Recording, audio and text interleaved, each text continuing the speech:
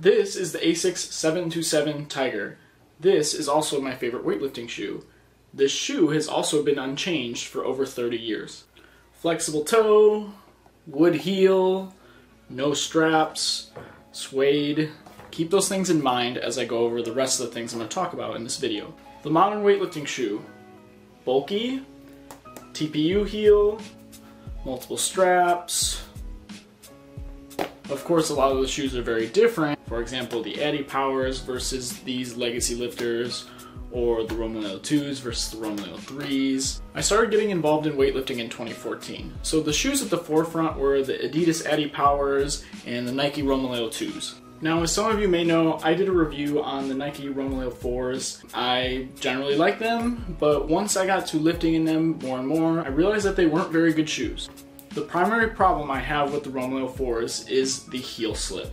Now, you may notice that I took one of the straps off. I did this post having heel slip issues. I also had issues where the toe box was a little too tight for me, and that's why I took the strap off. But even when I tied the shoe super tight down, my heel would still slip out every time I took a step. Every time I extended in a lift, I felt my heel prop up a little bit in the shoe. Not only that, but the arches are so prominent in the shoes. They really dig up into my foot, and I do not have a flat foot. It shouldn't be as obtrusive as it is, and I had this issue in the Romaleo 3s as well. So here are my 3s. These were narrow for my foot, the arch is propped up. I changed the insole and it fixed the issue for me. I could bear lifting in them. But let's take a step back. Why is this an issue? Why are these companies getting away with making these shoes uncomfortable and unbearable to wear? Now, I know I'm not the only one struggling with these things. I've met a ton of people and I've talked to people online who say they struggle with the same things in these weightlifting shoes. So what is happening? Why aren't they fixing these issues? Why aren't there newer iterations of the weightlifting shoes improving?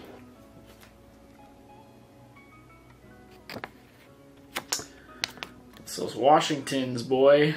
Now, I don't know that for a fact, but let's look at the history. So the first big iteration in weightlifting shoes, the first big change where you notice a dip in quality, was them switching from wood heels to TPU heels. Now, I remember reading an article somewhere that said your force output through TPU was a little bit lower than your force output through wood. Now, I don't know how big of a difference that really makes. It's probably very negligible, but it was something that people talked about regardless. And it truly appeared that these companies just wanted to save money in their production. There have been a few companies that have made wood-heeled shoes recently. Not big companies, right? Noble made a pair, but they were $300.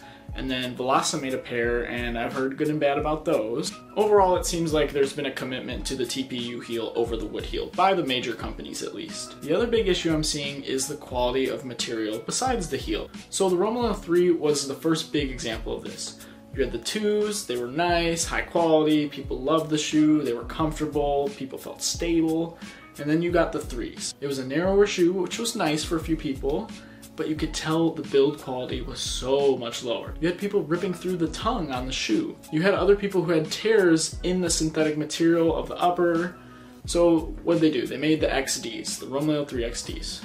It's another money sink. You gotta pay another $200 to get new weightlifting shoes when they're not really new, nothing changed except the materials. I have a pair of Antas here. I got these instead of the Romaleo 2s. They're essentially the same shoe in terms of the build. I really like these. They were my first real weightlifting shoe. I have the original red ones somewhere back there. I don't know if you can see them. Maybe if I do this. They're up there, right in the corner. But what was nice about these was, first of all, something that a lot of people don't notice is the fact that the shoe outsole is totally flat. And that makes a difference in your lifting. If I have a weightlifting shoe where the toe rises up a little bit, if I fall forward in a lift, my heels are propping up off the ground. With a flat outsole, this happens less often. You definitely feel more grounded in your lifts. Another thing was the width or the comfort inside of the shoe.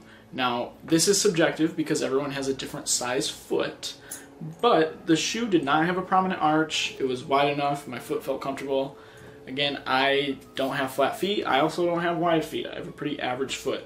and this was still more comfortable for me than the newer shoes having these narrow fits. You got a shoe now like the Legacy Lifter, it's bulky, it's got some flair to it, it's got 2 straps. Whether that's necessary or truly helpful for you, I don't know, it depends on the person. But again, I prefer the Asics. That's my favorite weightlifting shoe, and they're as minimalist as it gets. Also, on the Legacy Lifter, they were gonna make a wood-heeled version. I remember seeing pictures of them, and they never did anything with it. And now I've seen images of the Legacy Lifter 2, and the look of them is very subjective. But I imagine they're not going to be much higher quality than the Legacy Lifter ones. I'm not making this video because I think these companies are evil or bad or don't care about us. I'm making this video because I think we as a weightlifting community need to speak up more in order for them to actually make these higher quality shoes. Ask them for wood heels. Ask them to use better materials in the shoes. Ask them for wide shoes. Ask for less arch support. Ask them to keep the outsole flat. We need to say something about it, because if there's not a demand, they're not going to make a change. It's also on the testers to make sure these things happen. Maybe I'm crazy, maybe my opinions are insane and not that many people are going to agree with me, but I doubt that's the case because I've heard from other people that they have issues with the shoes as well. You got shoes like the 2008 Addy Stars, which go for $800 online, on eBay, or on hookgrip.com. Dude, it's because they're such high quality shoes. That's why people want them. It's not just for the nostalgia factor.